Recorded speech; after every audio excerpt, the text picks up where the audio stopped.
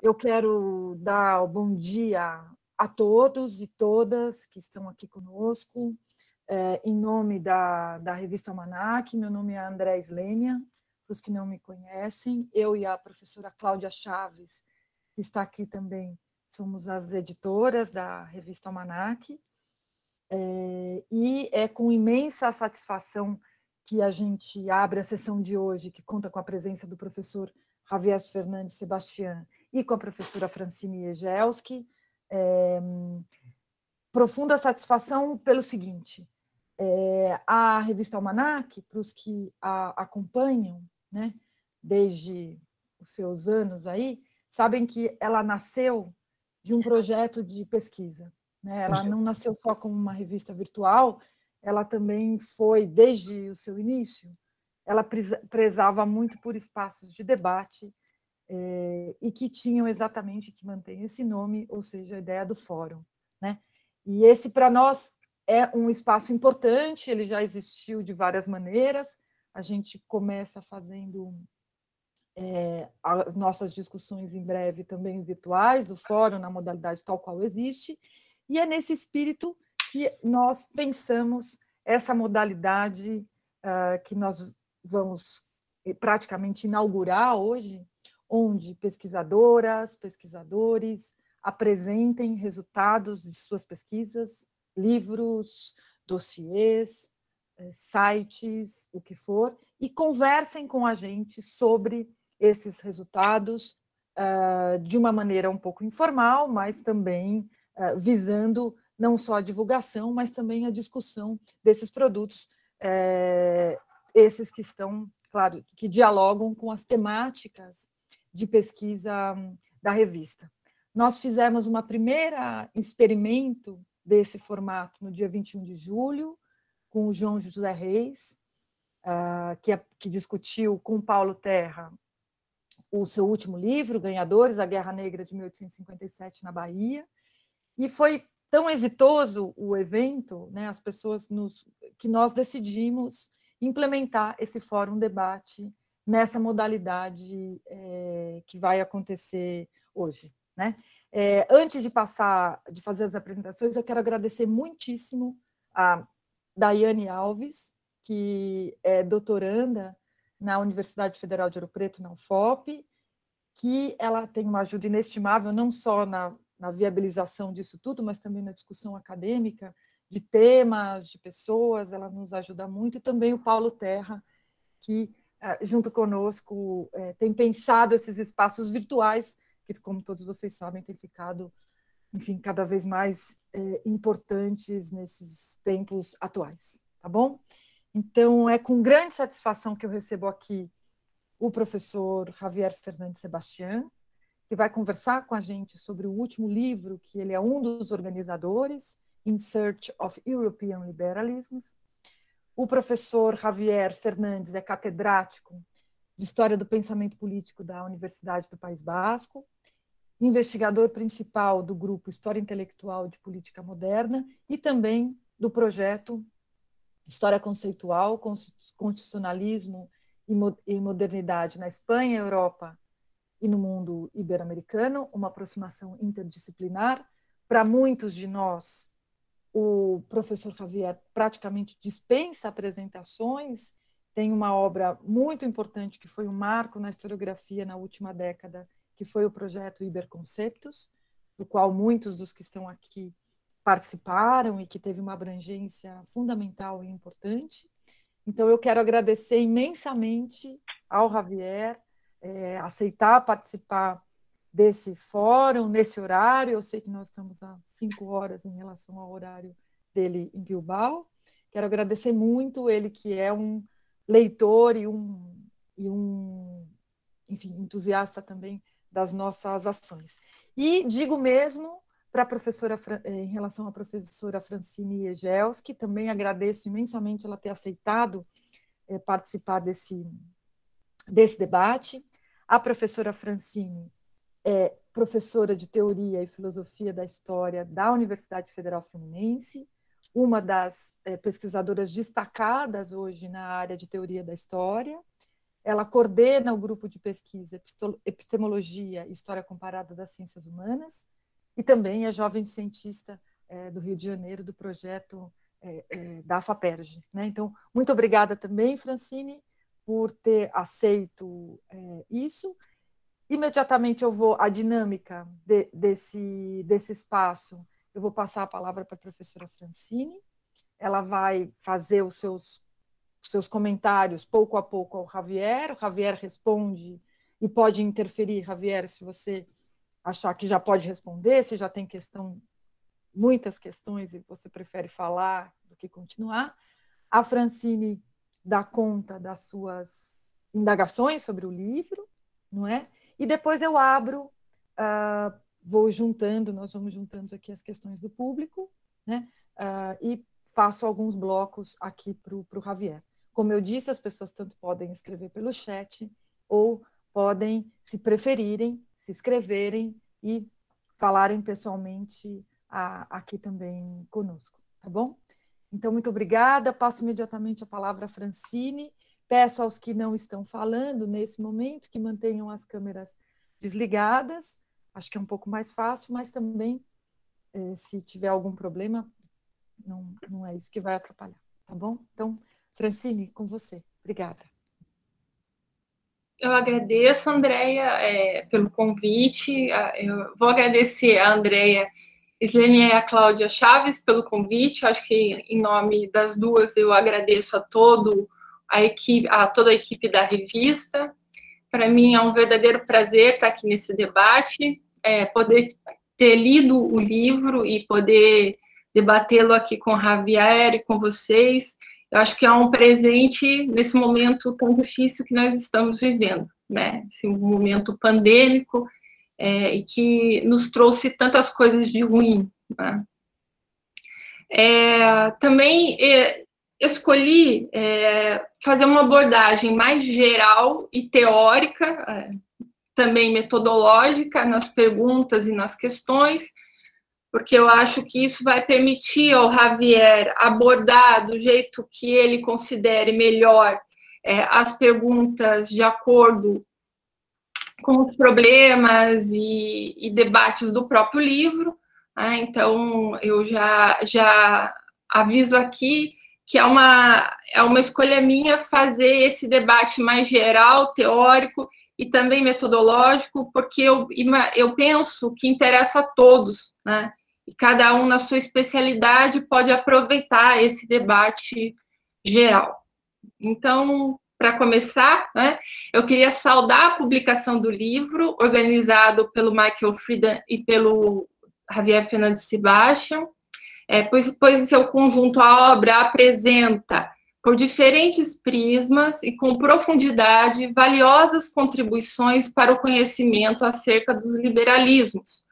Penso que não somente os liberalismos europeus, né? Ele tem uma visada também metodológica geral.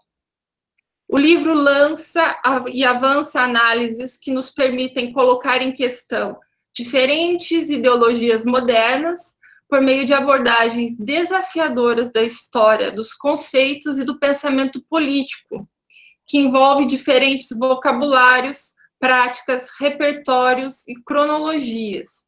Então, o livro trata majoritariamente do século XIX e do século XX.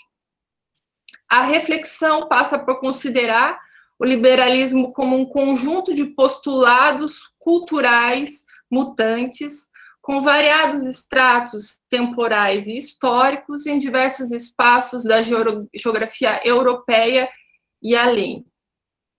O belo prefácio, escrito pelos dois organizadores, já captura a atenção do leitor, sublinhando que uma história conceitual do liberalismo não pode considerá-lo como uma entidade transhistórica, né? Um liberalismo como um produto geral da razão moderna, né?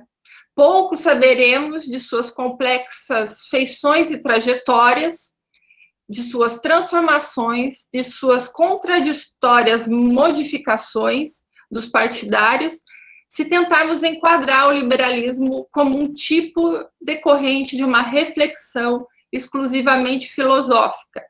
E esse tipo de abordagem é muito comum na história intelectual, de tentar aprender o liberalismo a partir da decorrência da razão iluminista exclusivamente, né? Os conceitos de liberalismo são mais um conjunto, muitas vezes, heterogêneos de doutrinas, tradições, retóricas, atitudes, etos e movimentos. E isso o livro apresenta num conjunto de capítulos bem diversificado, muito bem. Ele também mostra as querelas acerca dos liberalismos e como essas querelas foram protagonizadas por gente de carne e osso e fizeram parte de apaixonados debates, conflitos e ações políticas. Os programas políticos e econômicos defendidos pelos liberais ao longo do século XIX e XX, que são programas políticos que mudaram também, eles foram construídos no decorrer das contendas com os seus opositores. Isso é interessante que o livro aborda também. O próprio liberalismo ele surge dessas contendas, tanto à direita quanto à esquerda, né? Com os partidários do primeiro absolutismo, depois conservadorismo, estatismo e o próprio socialismo.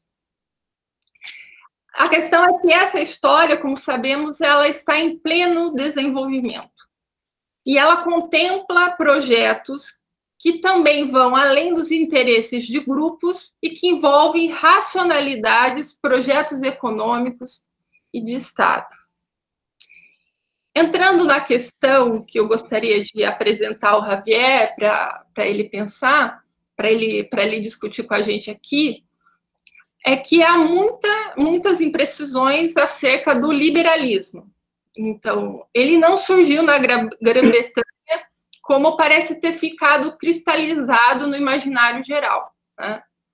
Eu gostaria de perguntar justamente sobre o significado desse esforço de fazer uma história conceitual do liberalismo, dos liberalismos nos dias de hoje, levando em consideração os lugares comuns e as resistências que se pode encontrar dentro e fora do universo acadêmico, sobre essa expressiva corrente do pensamento político, né? E depois eu também gostaria, Javier, que você comentasse sobre as dificuldades de se fazer uma história conceitual transnacional do liberalismo, que isso aparece no livro también. Muy bien, muchas gracias. Bueno, ante todo, no sé si me escuchas, ¿me oye? Sí, sí, perfecto. Javier, bueno, pues perfecto. Primero, ante todo, lógicamente, decir que me siento muy honrado de estar en este foro. Y agradezco muchísimo tanto a Andrea por haberme invitado, como a Francine por haber hecho esa lectura tan cuidadosa para tratar de mostrar algunos aspectos de un libro que necesariamente es un libro complejo y con varios capítulos de varios casos. Y a Claudia Chávez también para organizar, por su labor organizadora en esta conversación virtual, que es un poco difícil porque yo no termino de acostumbrarme, la verdad.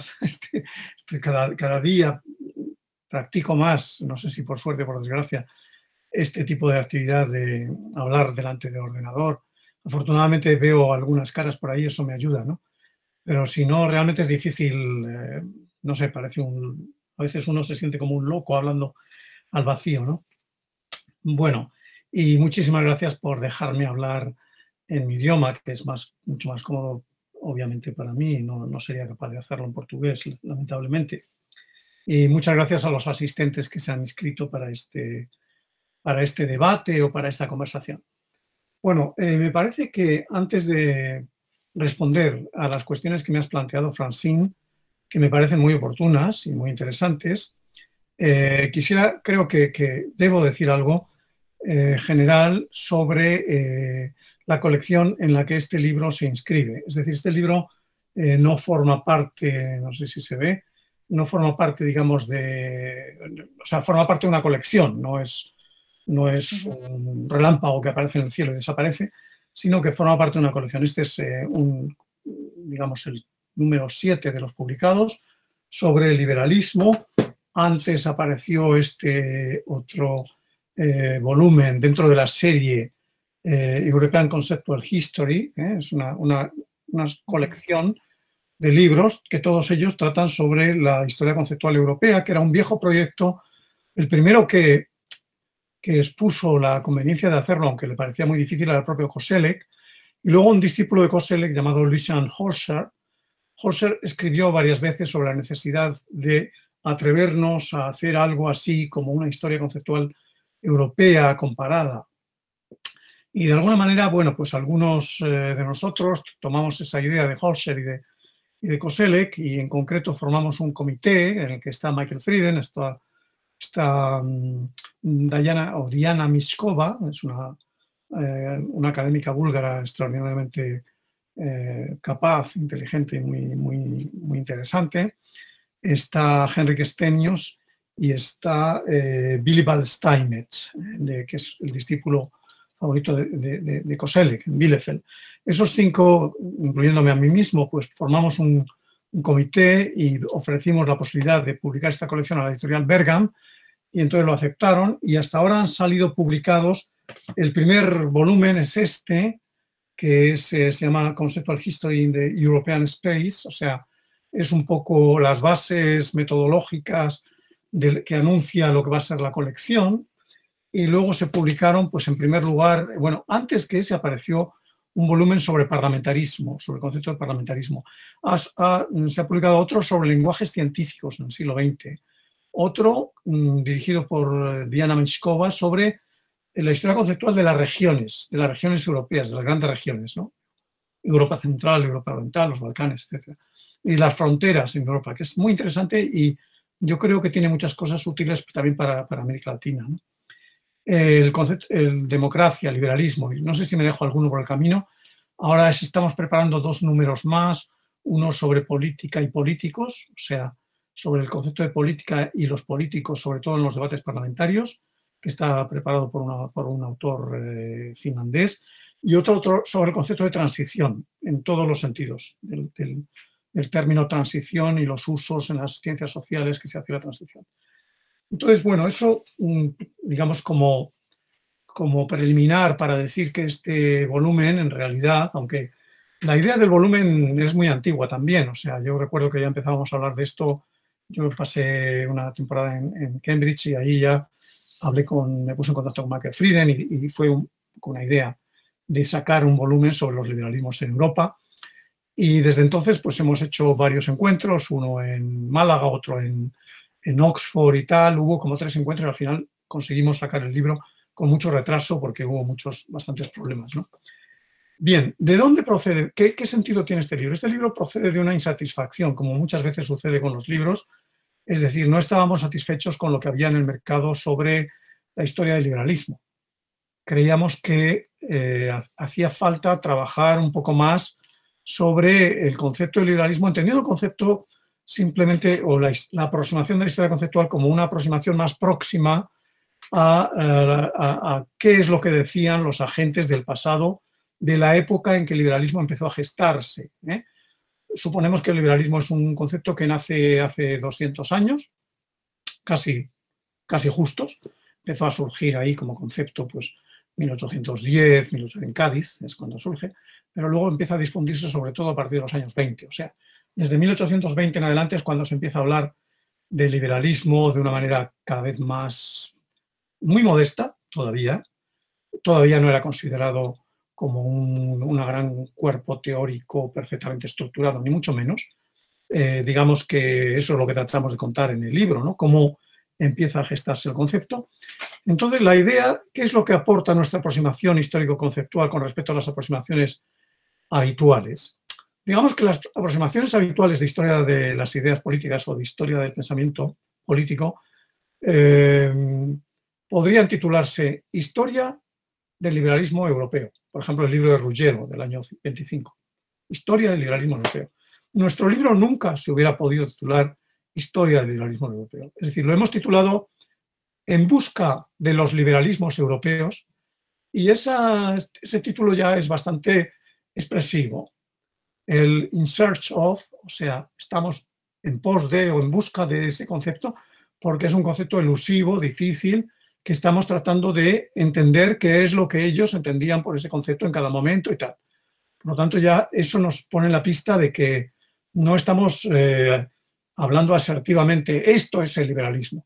Nosotros no estamos dando una respuesta a la famosa pregunta, ¿qué es el liberalismo? La primera vez que esa pregunta se hizo fue en un periódico modesto de Galicia, de una capital de provincia, de Santiago de Compostela. En el año 1813 apareció un pequeño ensayo muy hostil al liberalismo, que se titulaba Liberalismo, y que decía, ¿qué es el liberalismo? Pues es una doctrina nueva, religiosa, política, que ha surgido en Cádiz y que sus defensores, que son quintanistas, o defienden, bueno, salió una primera respuesta, una respuesta totalmente hostil al liberalismo. Era escrita por un clérigo absolutista y consideraba que el liberalismo era una especie de herejía moderna, ¿no? Como el protestantismo, como tal. Pero luego empezaron a aparecer más y más, poco a poco, pequeños artículos y tal. Y hasta hoy mismo, hasta hace pocos meses, siguen apareciendo artículos que se titulan ¿qué es el liberalismo? O libros sobre qué es el liberalismo. Es decir, que uno de ellos, muy interesante, de Duncan Bell, What is Liberalism? ¿No? ¿Qué es el liberalismo? Que salió hace unos años, hace pocos años. Y entonces ahí es una aproximación más bien desde la escuela de Cambridge. Duncan Bell es un seguidor de Skinner y tal. Entonces es interesante, lo que nosotros hemos hecho es decir, no nos sirve esa aproximación al liberalismo. Vamos a intentar aproximarnos a los liberalismos, porque ya desde el principio somos conscientes de que no existe un objeto tan de perfiles tan netos y tan claros como llamarse que se pueda adjudicar con un sustantivo singular. Las historias normales, digamos, del liberalismo o de la historia de las ideas, lo que hacen más bien es el autor de ese libro, del libro que se trate, propone una definición estipulativa. O sea, dice, voy a entender aquí por liberalismo lo siguiente. Entonces, da una definición de liberalismo, ¿no? Es una ideología política surgida en tal momento que sostiene que el poder tiene que estar limitado, que la libertad y las libertades tienen que ser, digamos, las libertades individuales es el valor más importante de esa ideología.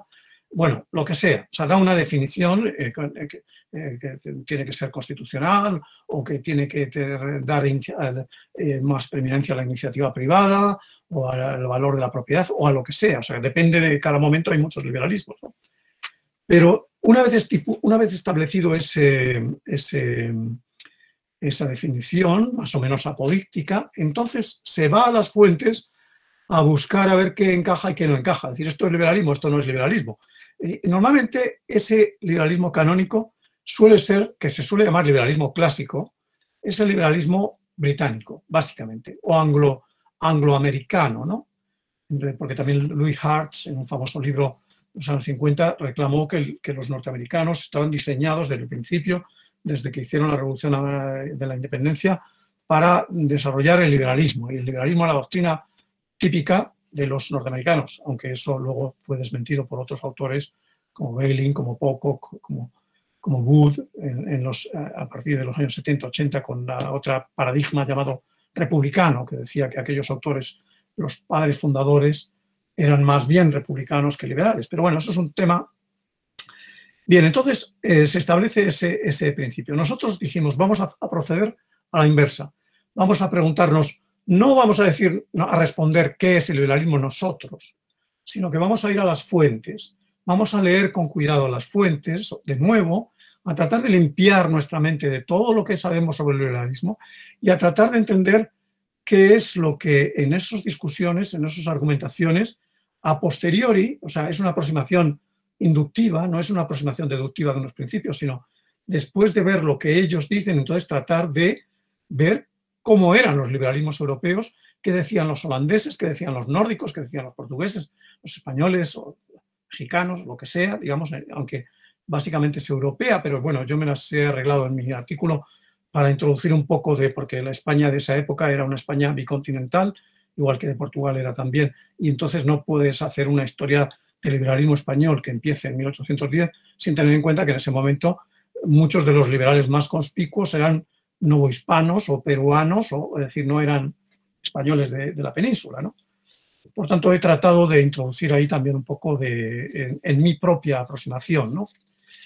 Entonces, de alguna forma, negamos la existencia de ese liberalismo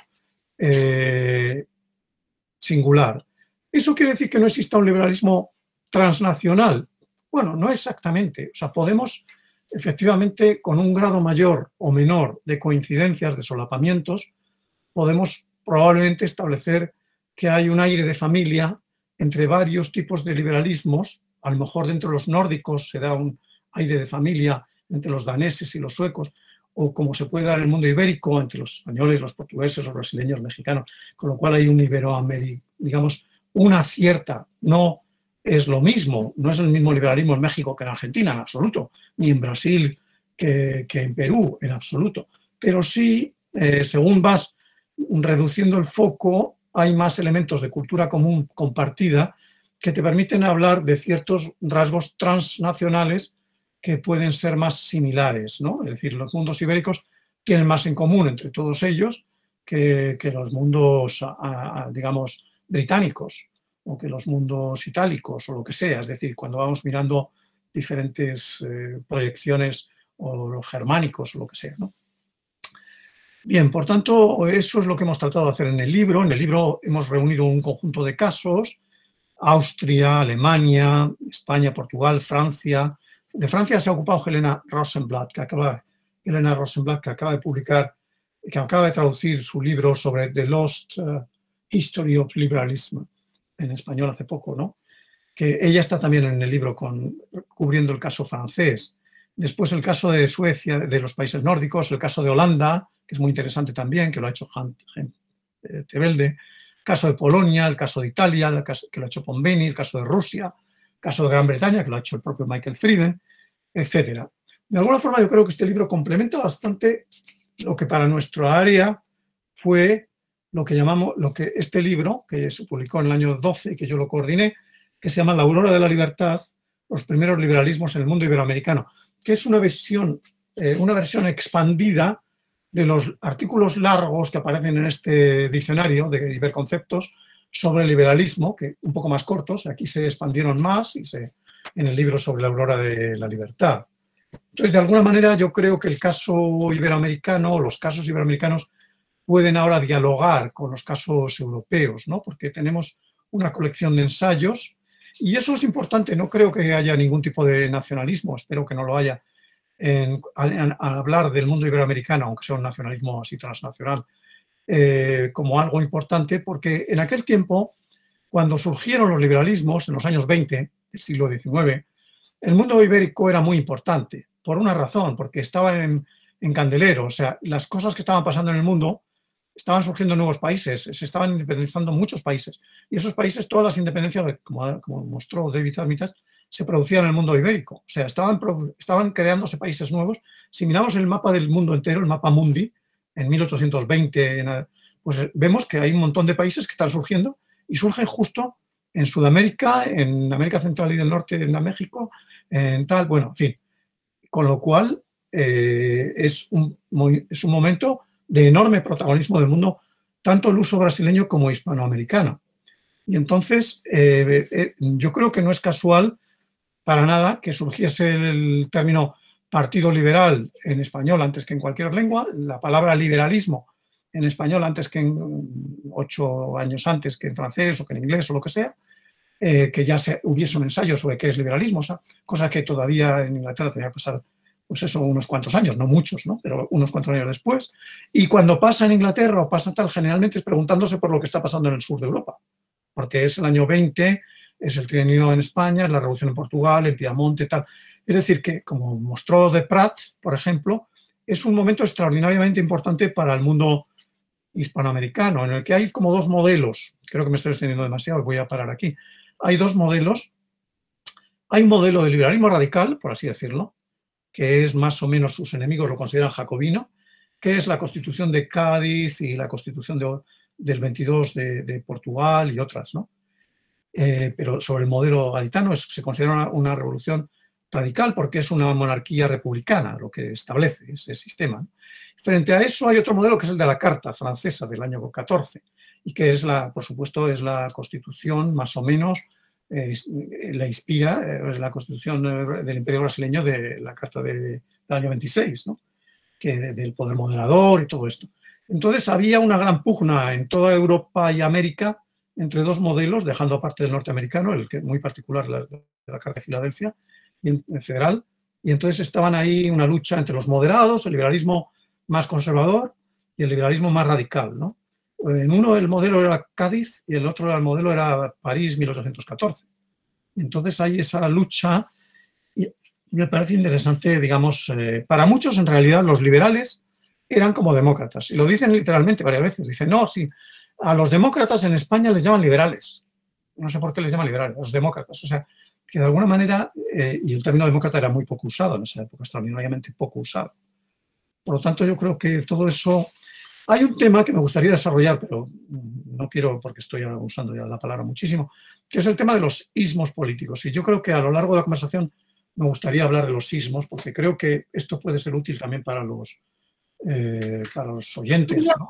Sobre os ismos, eu queria até colocar que uma das coisas que vocês falam no prefácio, que escreveram no prefácio, é que a investigação do liberalismo e dos liberalismos, na verdade, né, ele ajuda a pensar a modernidade, e o liberalismo não é qualquer ismo, ele equivaleria ao cubismo para a história da arte, vamos dizer assim, né, porque ele é impulsionador de vários outros ismos, e ele seria como se fosse um tema catalisador que nos permitiria até considerar melhor esse tempo moderno e todas essas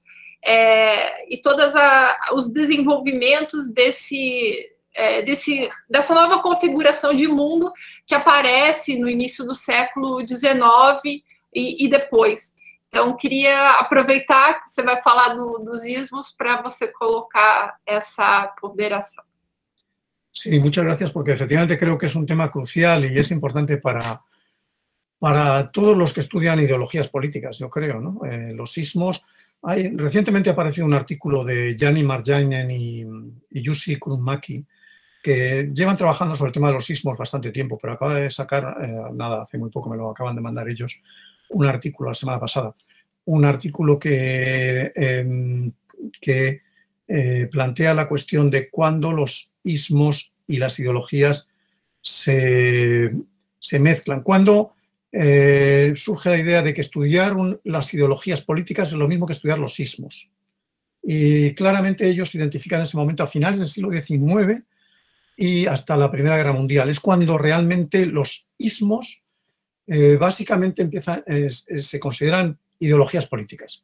O sea, el liberalismo, socialismo, comunismo, conservadurismo, nacionalismo, los ismos. Es cuando una ideología política se identifica más o menos con un ismo.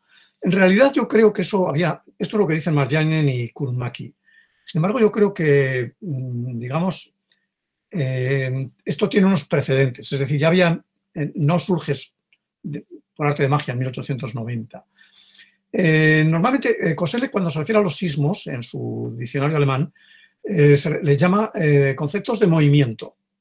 Conceptos de movimiento porque son conceptos que se orientan hacia el futuro, ¿no? Que encajan con su famosa teoría de la Sattelzeit, según la cual lo característico de la modernidad desde el punto de vista de la temporalidad es que se produce una escisión creciente entre las expectativas de lo que puede llegar a suceder y lo que ha venido sucediendo hasta este momento, es decir, las experiencias ya habidas. Y entonces en ese momento las ideologías políticas lo que hacen es un escaparate de expectativas. O sea, una ideología política, un ismo, es decir, vamos hacia la libertad, hacia la igualdad, hacia lo que sea, ¿no? Hacia los principios de las nacionalidades, lo que sea. Entonces, el liberalismo, para mí, sin duda, es el primer ismo como ideología política moderna. O sea, hay varios ismos políticos anteriores, por ejemplo, muy pocos, en realidad. El más conspicuo probablemente es patriotismo. Pero patriotismo no es propiamente una ideología, es más bien una cualidad, una virtud, no sé, una virtud política, ¿no? De poner el interés general por delante del particular, en fin, esas cosas, ¿no? Sin embargo, el primer ismo un poco secular, un poco secularizado, que ya no es totalmente religioso, porque hay que decirlo primero de todo, que los estudiosos de los ismos dividen los ismos en varios tipos. Hay primero ismos de carácter religioso, que son los primeros que aparecen, es decir, las herejías políticas, protestantismo, luteranismo, calvinismo, ateísmo, jesuitismo, no sé qué. Todos esos ismos son del siglo XVI en adelante, surgen muchísimos ismos de ese tipo que son generalmente denigratorios, son términos para hablar mal de quien los... Es decir, en eso, por cierto, se está cerrando el círculo, porque ahora en el siglo XX ya, la mayor parte de los ismos creados en el siglo XX son también referentes a conductas que se consideran inapropiadas. El racismo, el sexismo, el machismo, el edadismo, yo qué sé. Este tipo de las ideologías modernas, ya desde el totalitarismo y tal, se consideran como algo malo. Generalmente los ismos, cuando tú le dices a alguien, no le estás diciendo nada muy positivo en general, ¿no? Pero bueno, a lo que vamos. Primero, hay siglo XVI en adelante, los ismos religiosos. Desde principios del siglo XIX en adelante empiezan los nuevos ismos políticos. Y en muy poco tiempo, en 3 décadas, 2 o 3 décadas, se crean todos los ismos importantes. O sea, liberalismo, socialismo, nacionalismo, comunismo, anarquismo, todos esos surgen con el sentido moderno, porque el anarquismo se utilizaba también un poco antes, pero en otro sentido, más bien anarquía, surgen en esas primeras décadas. Del año 20 al año 40 o 50 del siglo XIX tenemos todos los ismos políticos importantes que duran hasta la actualidad, de alguna forma. Entonces, el liberalismo es como de transición, porque cuando empiezan a hablar de liberalismo, muchos todavía lo acusan de ser religioso. Recuerdo, por ejemplo, en el ensayo que hacen, el excelente ensayo que hacen Nuno Monteiro y Ruiz Ramos sobre el liberalismo en Portugal, que está en este libro también, ahí señalan anecdóticamente que Herculano, Alexander Herculano, en 1867 todavía se refiere al absolutismo y al liberalismo como dos religiones opuestas que se combaten mutuamente. No dice dos partidos políticos, dice dos religiones. Por supuesto lo dice metafóricamente, ¿no? Pero es una metáfora que funciona muy bien porque realmente eran como religiones políticas. Las ideologías políticas tienen muchas religiones políticas, ¿no? Luego, más adelante, ya en el siglo, sobre todo en el siglo XX, aunque ya, bueno, desde el siglo XIX ya empieza a haber romanticismo, realismo, es decir, usos culturales. Los usos propiamente artísticos son sobre todo del siglo también XX con el cubismo. El cubismo se considera como la primera vanguardia. Por eso digo que decimos en nuestra introducción, Michael Frieden y yo, decimos que el liberalismo es a la política lo que el cubismo es al mundo de las artes plásticas. Es decir, es como una especie de giro por el cual se genera un nuevo concepto que se refiere a una ideología política que divide el mundo inevitablemente entre mundos opuestos, porque los propios liberales inmediatamente acuñan su contraconcepto, que le llaman, en vez de absolutismo, prefieren el término servilismo, que es más ofensivo, ¿no? Servilismo. Recurren a la tradición occidental, donde servus y liber, hombre libre, servus, esclavo. Y entonces el servilismo es una ideología mezquina propia de los esclavos. Tal. O sea, fijaros que utilizan, por supuesto, esclavos de manera derogatoria y metafórica, por supuesto. O sea, no están hablando del servilismo no en el sentido de la esclavitud real que existía en ese momento de manera muy intensa, como sabemos, sino en el sentido romano que como hacía, por ejemplo, Cicerón. Cicerón ya utiliza servus en un sentido, hay una famosísima frase de Cicerón que toman los liberales para sí mismos, que dice: somos esclavos de las leyes para ser libres. Es decir, el propio Cicerón se está disfrazando de esclavo, y utiliza servi, legum servi, o sea, esclavos de la ley, para ser libres. Y entonces, de alguna forma, es una gran paradoja. O sea, el hombre libre tiene que someterse a la ley. Y esa idea la retoma Montesquieu y la retoma Constant, etcétera, todo el liberalismo clásico del siglo XIX, retoma esa idea de tal. Entonces, es muy curioso, la gestación del concepto de liberalismo es muy curioso porque retoma esa oposición vieja entre lo que es propio del hombre libre, la generosidad, la apertura mental, etcétera, frente a lo que es propio del esclavo, que es el servilismo, no sé qué, no sé cuántos. Y curiosamente una ideología emancipatoria como es el liberalismo empieza tomando el lado más o menos aristocrático, más o menos de los hombres libres, frente a los serviles, ¿no? Que son los que no saben ser libres, ¿no? Los que no se merecen ser libres. Bien, bueno, entonces el liberalismo como ismo yo creo que es enormemente importante en el sentido de que probablemente muchas de las cosas que podemos decir sobre cómo se gestó el liberalismo se podrán decir luego de cómo se gestó el socialismo, el comunismo y otro tipo de ideologías, porque aunque son muy diferentes, es la primera ideología que abre camino, es como el rompehielos que va adelante, como el cubismo, que ya rompe, porque una característica de la política moderna es que introduce la división política. Eso lo dice todo el mundo a partir del siglo XIX. Aquí nosotros más o menos no había grandes discusiones de carácter político, la política no existía como un tema para debatir y de repente ha aparecido el liberalismo y es como la cizaña que ya nos divide, unos luchamos contra otros.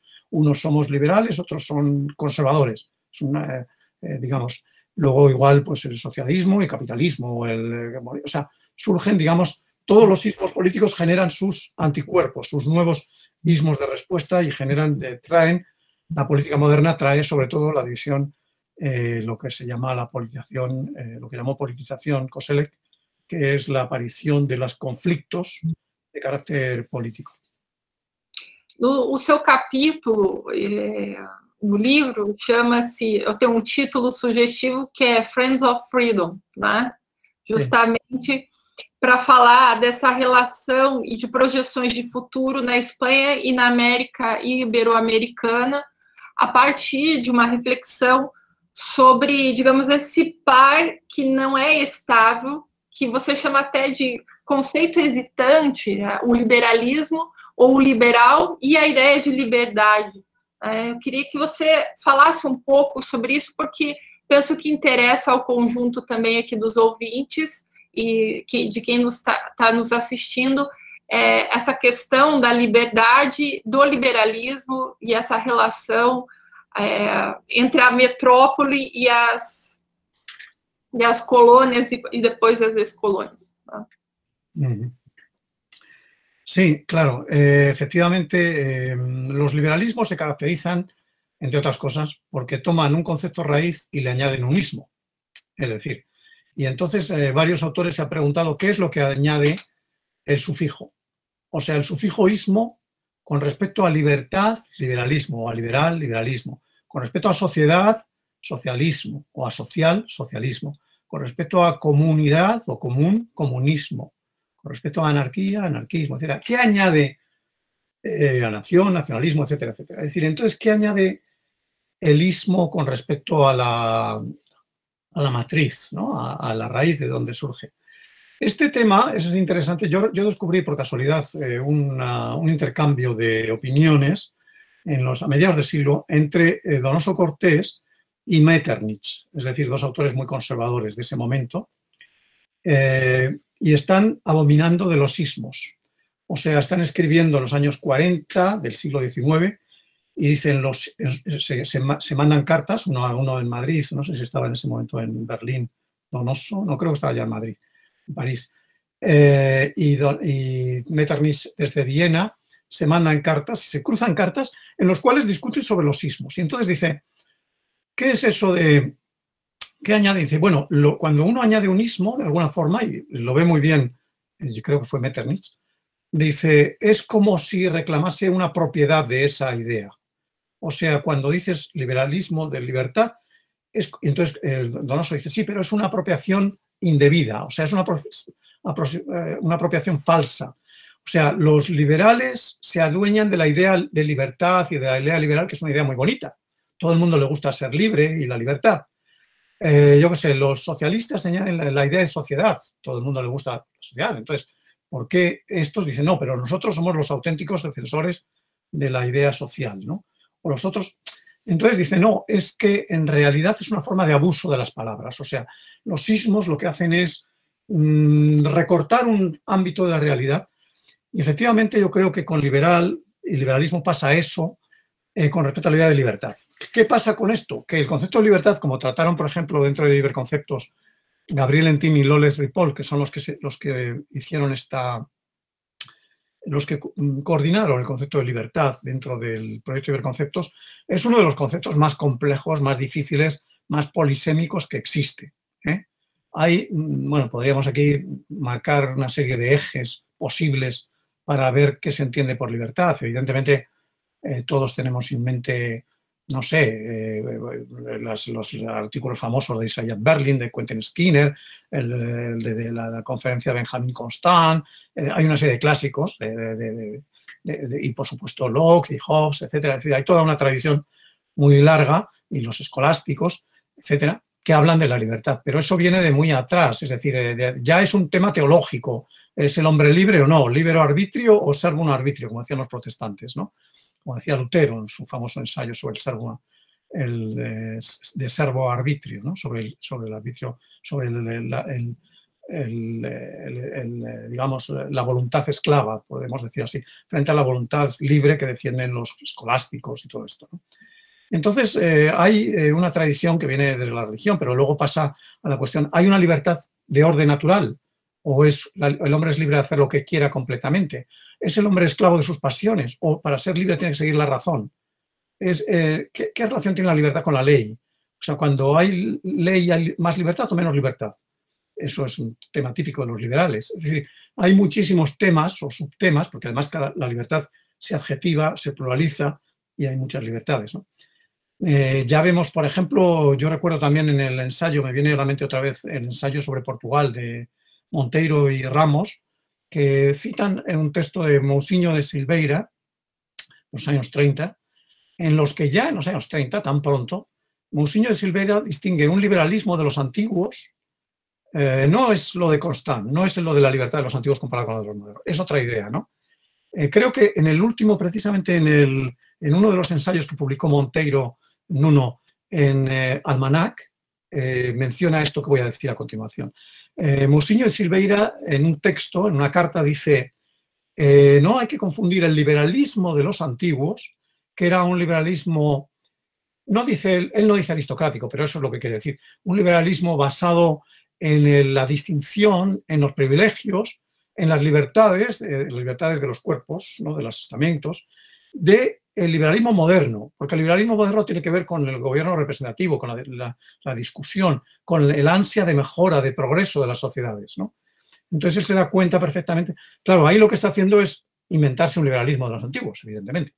Es decir, nadie de los antiguos habló de liberalismo en aquel tiempo, pero el concepto de liberalismo, como suele suceder con todos los sismos, una vez inventados, se proyectan hacia atrás y generan toda una serie de antecedentes, de supuestos padres, de supuestos orígenes del liberalismo, que es un tema también que yo creo que tiene un gran interés, ¿no? De eso yo publiqué en Almanac precisamente un ensayo que se llamaba, hace ya unos años, se titulaba Tradiciones selectivas, y en ese ensayo lo que decía, básicamente la idea fundamental, es que en realidad las ideologías políticas, o mejor dicho, los sostenedores o seguidores o fundadores o forjadores de las ideologías políticas historizan sus propias ideas, las que están en ese momento concibiendo, utilizan a los autores del pasado a su gusto, seleccionan del pasado a aquellos autores que prefieren como sus padres putativos. O sea, dicen, bueno, el liberalismo viene de Locke, por ejemplo. El primer liberal, el padre del liberalismo es Locke. Bueno, eso es una idea muy moderna. O sea, eso no se decía en 1820, en 1830, en 1840. Pues hubo que esperar hasta en realidad, principio del siglo XX. El primero que dice eso con toda claridad es Hobhouse, en un famoso, precisamente cuando el liberalismo está cambiando hacia el llamado neoliberalismo, que no tiene que ver con el neoliberalismo social, y escribe que Locke fue el primer liberal, que las ideas de Locke y tal. Pero eso, en realidad, algunos habían dicho algo de eso, pero si vemos, por ejemplo, ¿qué decían los hispanos? ¿Qué decía, por ejemplo, Vicente de Rocafuerte sobre el liberalismo? Él dice, el liberalismo es una ideología, es una idea moderna que ha surgido sobre todo por gente como Madison, Franklin, Constant, Destutt de Tracy y yo no sé qué más. Y por supuesto, ¿y cómo se llama? Filangieri. Estos son y Montesquieu. Estos son los fundadores del liberalismo. Luego escribe Blanco White. Los fundadores del liberalismo en España son Feijóo y Jovellanos, ¿no? No sé qué, o sea, cada uno se inventa los nombres que le vienen mejor, aquellos que cree que están diciendo ideas parecidas a las suyas, ¿no? Entonces es muy interesante ver cómo el liberalismo emerge como una ideología que se inventa unos padres, que genera, digamos, unos antecedentes y que van y luego es todavía más interesante ver cómo esos padres putativos, los países más influyentes, Gran Bretaña, Francia, Estados Unidos, que obviamente son mucho más potentes que España o que Portugal o que tal, que Brasil, pues entonces estos países tienen la voz cantante en el canon y establecen que el verdadero canon del liberalismo, nada de Jovellanos, que no saben quién es, no tienen ni idea de quién es Jovellanos. El verdadero padre del liberalismo es Locke y es Adam Smith y es Constant, los franceses ahí aportan a su Tocqueville, pues a lo mejor los alemanes pueden aportar a su Humboldt, etcétera, ¿no? Pero digamos la creación del canon tiene que ver también con el poder de enunciación de las tradiciones académicas, que son más potentes en los países más centrales y menos en los países un poco más periféricos. Pero es apasionante ver cómo se van generando esas ideologías, cómo los sismos políticos se van dotando de un cuerpo, de un espesor histórico, ¿no? Sim, sem dúvida. Também me ocorreu, lembrei quando você veio para o Brasil, acho que foi em 2017, a gente te recebeu na Universidade Federal Fluminense, você também fez uma palestra na PUC do Rio, e lá uma das coisas que nós conversamos foi as possíveis aproximações para pensar digamos assim, transformações metodológicas nas investigações da história conceitual, a partir das reflexões da história das ciências, sobretudo dos trabalhos da Lorraine Daston, né, que é uma historiadora das ciências importante e trabalhou muitos anos no Instituto Max Planck, né, para a história das ciências. Lendo o capítulo do Michael Friedan, né, sobre... um capítulo mais... É claro que ele dá conta da discussão do liberalismo na Grã-Bretanha, mas ele também propõe uma abordagem histórico-conceitual e metodológica, né, de uma metodologia de ideais tipos para tratar do liberalismo. Ele faz ele propõe um esquema geral que dê conta, ao mesmo tempo, de uma perspectiva ideográfica e nomotética da evolução temporal e da complexidade morfológica do conceito. Então, pensando essa proposta do Friedan digamos, do resultado da interpretação dele, porque uma das coisas que ele fala é que nos últimos 150 anos, a doutrina e ideologia política do liberalismo na Grã-Bretanha estabeleceu-se no centro-esquerda em seu espectro social-democrata. Aí, pensando os trabalhos da Daston, que ela fala que todo trabalho de investigação, ele também tem uma visada política, o trabalho de investigação do próprio investigador, né? Então, aí eu gostaria de te perguntar se uma história conceitual ela é também uma espécie de historiografia política. O que você diria sobre isso e sobre essa aproximação possível entre história conceitual y historia de las ciencias? Sí. Bueno, son dos preguntas, si te he entendido bien lo que planteas. Son, por un lado, el artículo de Friedan, que es un artículo excelente, es el capítulo 10 del libro, ya es al final del libro, el último de ellos. Es una reflexión sobre lo que él llama las capas, los estratos de significado que se van superponiendo a lo largo de los últimos siglos, 2 o 3 siglos, en el liberalismo británico. O sea, Yo he discutido mucho con Michael sobre este tema. Yo no comparto del todo su aproximación, pero la admiro mucho. Es decir, digamos, creo que es muy, sobre todo también es muy didáctica, es muy interesante, tiene muchas virtudes, ¿no? Pero al mismo tiempo yo, digamos, tengo una cierta reticencia a esta combinación que, como muy bien has dicho, lo que plantea es una combinación de una historia conceptual más o menos clásica, como lo que hacemos un poco los demás, aunque dentro del libro hay aproximaciones muy distintas. O sea, hay gente más de historia conceptual más estricta y otros que hacen una historia que tiene más que ver en parte con la historia del pensamiento más tradicional o de la historia intelectual más tradicional. Obviamente en todos los artículos, si no, no lo hubiéramos admitido, en todos los capítulos hay un elemento lingüístico, o sea, hay una preocupación por lo que significan las lenguas, los lenguajes, los conceptos, pero la modulación de eso es distinta en cada uno de los autores, ¿no? Uno de los editores, también Georg Leonhardt, es un autor alemán y que estudia el liberalismo alemán, había dedicado nada menos que un libro, un gran libro, a la historia del concepto de liberalismo en Europa, un libro en alemán y tal, y entonces él tiene una visión también bastante panorámica, bastante comparativa de Europa, ¿no?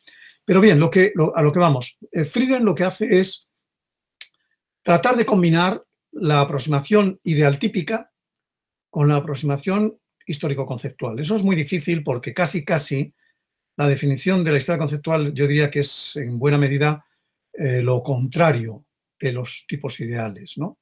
Es decir, los tipos ideales de alguna forma lo que hacen es quintaesenciar una situación para utilizar un instrumento heurístico creado por el propio investigador que le sirve para comprender un fenómeno complejo en términos más simples, ¿no? Hay una estilización, el gran teórico de eso lo sabemos, Max Weber.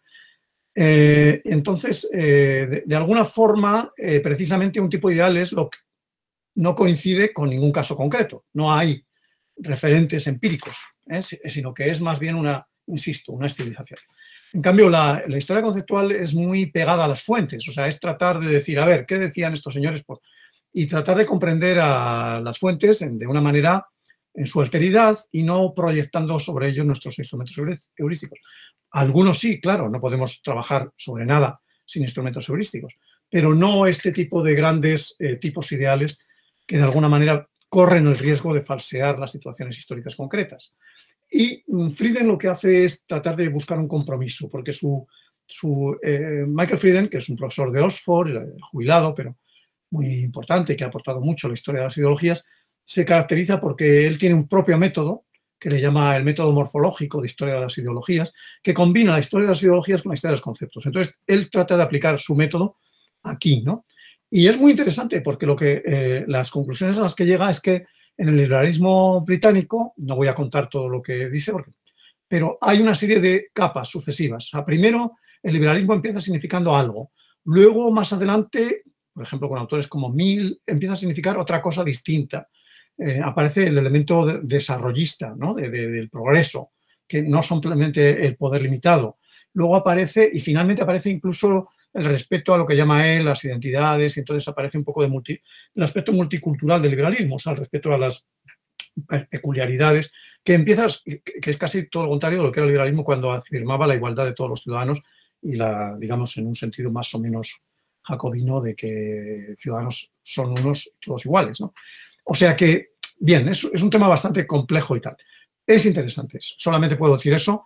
No voy a decir por qué no lo comparto, porque eso nos llevaría mucho tiempo, pero, digamos, creo que se puede deducir más o menos. Tiene que ver con que mi entendimiento de la historia conceptual es un poco más, digamos, más de búsqueda de alteridades que de interpretaciones actuales, por decirlo de alguna forma, ¿no? Eso lo podemos retomar luego. La segunda parte de tu pregunta yo creo que es más interesante. La de Frieden es como más específica, pero es más interesante, que es la pregunta, cuando has mencionado a Laurent Daston, a toda la historia de la ciencia, y ese es un tema que a mí me apasiona. Entonces corro el riesgo de hablar demasiado. Voy a mirar la hora que es y me voy a ceñir a un tiempo prudencial, 5 minutos o, en fin, una cosa razonable. Lo que plantea, lo que yo he dicho varias veces y sostengo en un libro que se va a publicar en Fondo de Cultura, creo, pero no sé si saldrá alguna vez porque está todo muy mal, es que los historiadores conceptuales debemos muchísimo a los historiadores de las ciencias. La historia de las ciencias y la historia de los conceptos son casi la misma cosa, según yo lo veo. Es decir, en realidad lo que pasa es que nosotros nos ocupamos de los conceptos sociopolíticos y los historiadores de la ciencia, los epistemólogos, funcionan sobre todo con conceptos científicos, ¿no? Como es natural. Pero en realidad la aproximación, yo diría más, esto puede resultar verdaderamente, digamos, casi anatema lo que voy a decir, ¿no? Pero yo creo que entre los abuelos de la historia conceptual, siempre se suele decir que el padre de la historia conceptual es Koselleck, y luego, pues buscando en los antecedentes, generalmente, hombre, salvo que nos vayamos a los filósofos, también hay una corriente de filosofía, de diccionarios históricos filosóficos, pero dejando aparte la filosofía, lo que es estrictamente historia política y social, entonces normalmente el abuelo suele ser un tipo muy poco presentable como abuelo, que se llama Otto Brunner. Otto Brunner, que era un nazi, era un austriaco, un gran medievalista, uno de los mejores medievalistas europeos, pero era un tipo bastante poco presentable desde el punto de vista ideológico. Y este hombre escribió un libro excelente en el año 39, que es como el acta de nacimiento de la historia conceptual. Él es uno de los del diccionario de conceptos de Koselleck, uno de los que dirige, pero murió muy pronto. Y Otto Brunner escribió ese libro que se llama Land und Herrschaft, es decir, tierra y poder, o tierra y dominio, tierra y señorío. Como me parece que lo han traducido, bueno, no está traducido en castellano que yo sepa, pero bueno, suele traducirse el título como tierra y señorío. ¿Y ahí qué dice Brunner? Pues que un medievalista no puede ir a la Edad Media con los conceptos de Estado, individuo, sociedad, mercado, pues eso no le sirve para nada. Allí no había ni Estado, ni mercado, ni individuo, ni sociedad. Había otras cosas. ¿Qué había en la antigua, en lo que llama él, la vieja Europa? Pues en la vieja Europa había cosas como la casa. La casa. Eso nos puede recordar a la casa grande, o sea, es algo parecido en el fondo. Es decir, hay unas formas de vida que giran en torno a la casa grande, a Ganz Haus o lo que sea, ¿no? ¿Qué otro? Dominio, Herrschaft. El dominio, eso es un concepto fundamental. Señorío, el señorío, decimos en castellano. Fede en alemán, defensa o autoprotección, que es la guerra, ¿no? Bueno, entonces él se considera que Brunner es el fundador de la historia conceptual porque distingue una vieja Europa con conceptos totalmente distintos de los que nosotros manejamos después la modernidad. Sin embargo, yo creo que por lo menos hay otros dos padres o abuelos de la historia conceptual. Y esto que yo sepa no se ha dicho nunca, y seguramente hay más, ¿no? Pero bueno, uno más podría ser Erich Auerbach, un judío alemán también, judío alemán, que era un gran filólogo, que huyó y las pasó canutas y consiguió huir de Alemania y salvó el pellejo. Y en el año 38 publicó un ensayo fantástico que se llama Figura. Y ese ensayo es una especie de historia, es una historia conceptual de un concepto bíblico fundamental, que es el concepto de prefiguración, de figura, que según él se prolonga después en la historiografía, y tiene toda la razón. Yo creo que la historiografía es heredera de la tradición judeocristiana de la figura. Bueno, es una historia conceptual de ese concepto de figura. Ese libro lo publica en el año 38. En el año 35, antes que ninguno, otro judío polaco, Ludwig Fleck, médico, había publicado un librito que se ha traducido, por supuesto, y que es muy importante en la historia de las ciencias, que todos los que saben algo de historia de la ciencia lo conocen, que se llama Génesis y desarrollo de un hecho científico. Y en ese libro muestra la historicidad de los conceptos científicos, empezando por el concepto de enfermedad, que no es un concepto ahistórico, ni mucho menos, cómo surge. El concepto de sífilis, que él estudia, muy interesante cómo el concepto de sífilis evoluciona y tal. Es una historia de ese concepto, es una historia conceptual. O sea, lo que hace Ludwig Fleck es para mí historia conceptual, con todas las de la ley. Es más, Lorenda Stone, la historiadora de la ciencia que está en Berlín y tal, habla de estilos de pensamiento, no, de modos de investigación. Los modos de investigación es otra forma de referirse a lo que Fleck llamó Denkstil, o sea, estilo de pensamiento, que es más o menos lo que llamó después Kuhn paradigmas. Es decir, y es lo que llamó también los lenguajes políticos o paradigmas discursivos Pocock, que lo toma de Kuhn. Kuhn lo toma de Fleck. Es decir, en realidad la historia de la ciencia, la historia de del conocimiento y la historia de los conceptos políticos son primos hermanos, están muy conectados y tendríamos muchísimo que aprender de los historiadores de la ciencia, los historiadores conceptuales. ¿Qué es lo que yo creo? Precisamente yo acabo de escribir una especie de afterword, un postfacio, le he llamado un postfacio, para el libro que edita Francisco Ortega y que varios de nosotros estamos en ese libro, que saldrá dentro de poco, y Rafael Acevedo y tal, sobre historia conceptual en Iberoamérica. Se llama Horizontes de la historia conceptual en Iberoamérica. Y en ese postfacio digo que echo de menos en ese libro, que es un libro muy interesante porque estaban ahí todos los ciberconceptos y más gente hablando de qué es lo que estamos haciendo en ciberconceptos, es un poco, está Lucía, bueno, estamos varios de los aquí presentes. Entonces, lo que yo planteo en ese postfacio es que los historiadores conceptuales debemos aprender mucho de los historiadores de la ciencia y es una pena que no haya un artículo en ese libro sobre historia de la ciencia, que deberíamos incorporar. ¿Por qué? Porque los historiadores de la ciencia nos han mostrado que es imprescindible estudiar de manera conjunta e indisociable, o sea, no se puede separar, las teorías que son pretendidamente, por ejemplo, el liberalismo. El liberalismo es una teoría pretendidamente universal, pretendidamente general, pretendidamente casi ahistórica. O sea, cualquier ideología pretende hablar como una gran teoría política, una filosofía política válida para mucho tiempo, ¿no? Pues es imprescindible estudiar de manera conjunta las teorías con las prácticas científicas, que son inevitablemente locales, situadas socialmente en contextos pequeños, concretos. También eso pasa con la historia de los conceptos. Es decir, los conceptos no existen flotando en el aire como si fueran pompas de jabón, como las ideas, sino que siempre están siendo usados en contextos concretos. Y por tanto, la historia conceptual no puede nunca hablar de liberalismo en general. Siempre tiene que hablar de liberalismos concretos. Luego puede hacer esfuerzos de generalización, de comparar varios y ver, pero no puede partir de las teorías, sino que siempre el conocimiento situado, como dicen los historiadores de la ciencia.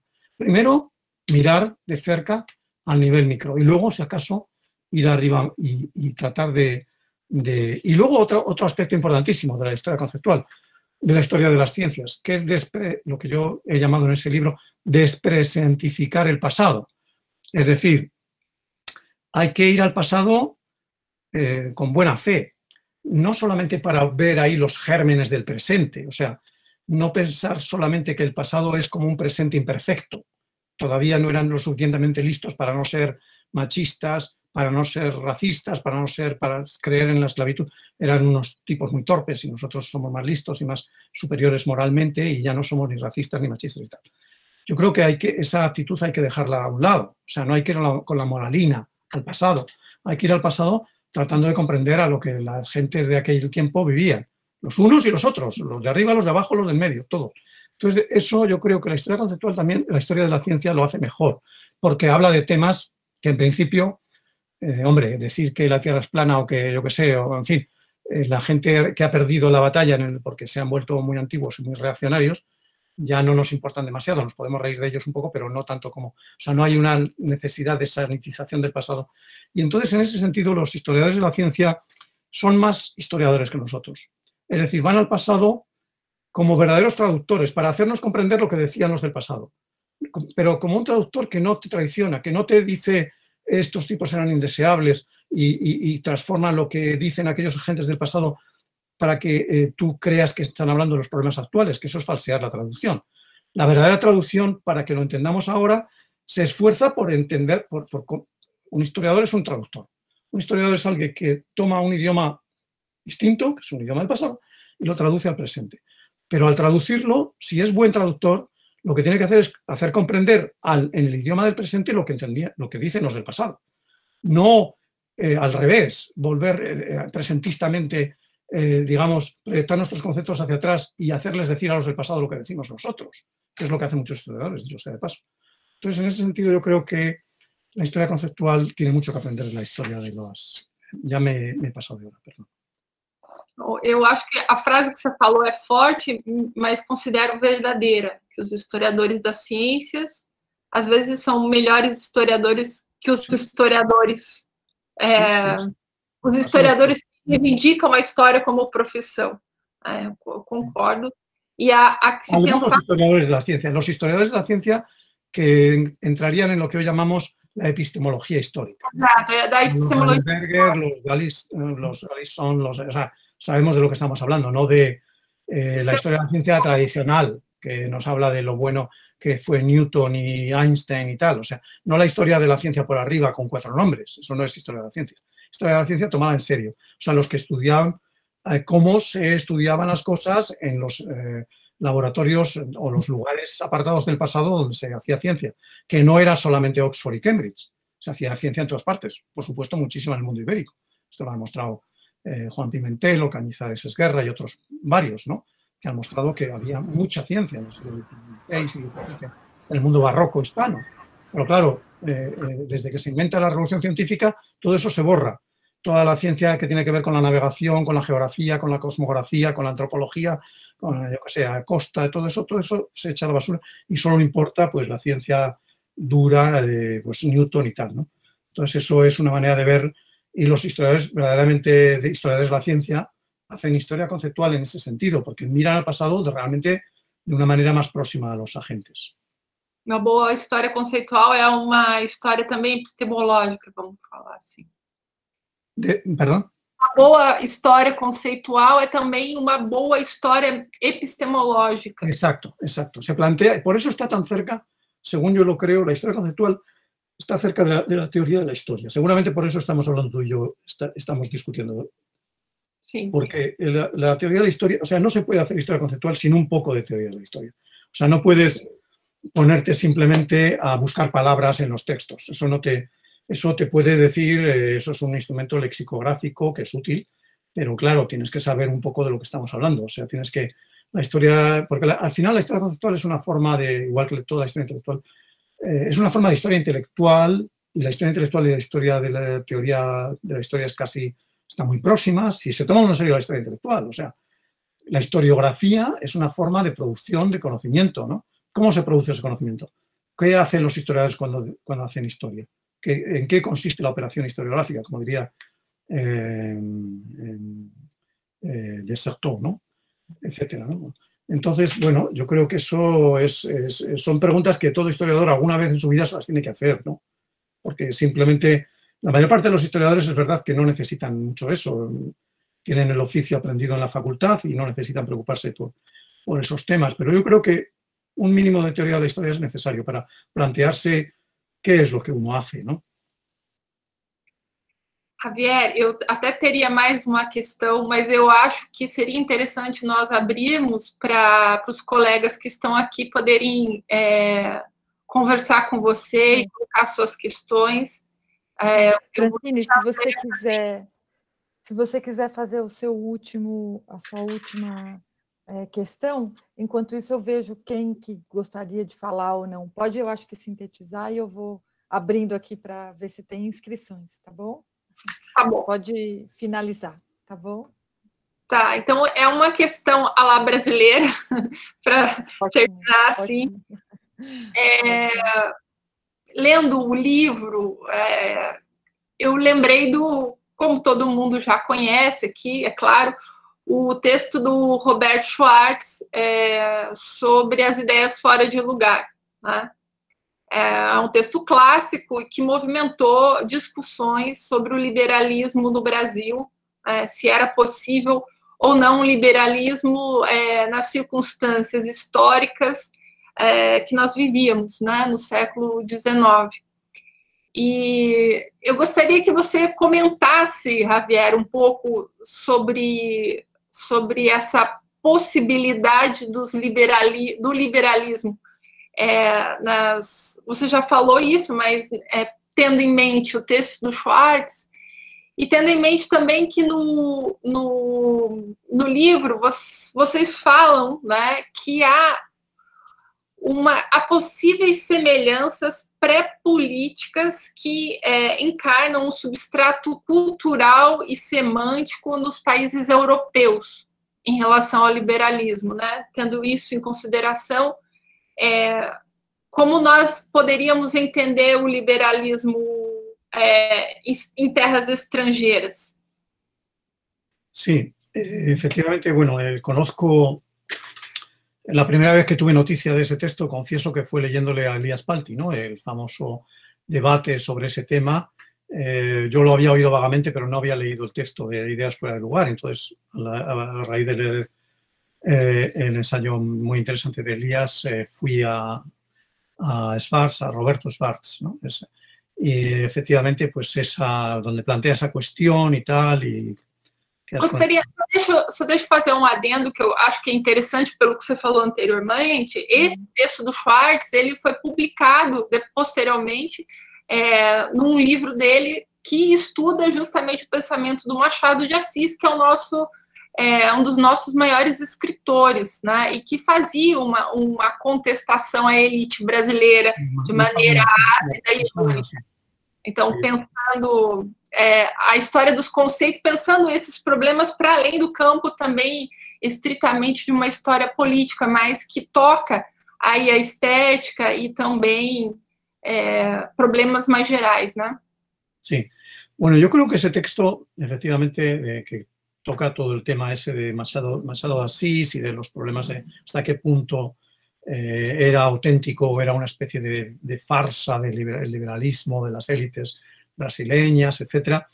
Todo eso tiene que ver con la hegemonía en ese momento clara de una visión del liberalismo, pues no sé, la de Louis Arch, hemos hablado antes, pero podríamos hablar de dos autores anteriores, el propio Laskis o la historia. O sea, hay una visión que impera en Occidente según la cual el liberalismo es la ideología de Occidente, la ideología por excelencia del mundo libre, del mundo angloamericano, es un invento británico, y entonces los otros que hay en otros sitios son pálidas imágenes defectuosas, falsas, efectivamente, porque claro, digamos, se plantea una vara de medir, una especie de liberalismo canónico, como decíamos antes, y en ese sentido cualquier otro liberalismo de cualquier otro lugar del mundo hispano, de cualquier otro país de la Tierra, sería considerado como un liberalismo falso, porque no podría encajar dentro de esos parámetros. Entonces, yo creo que eso debe mucho a la aproximación tradicional de la historia de las ideas, como explicaba Palti en su ensayo, ¿no?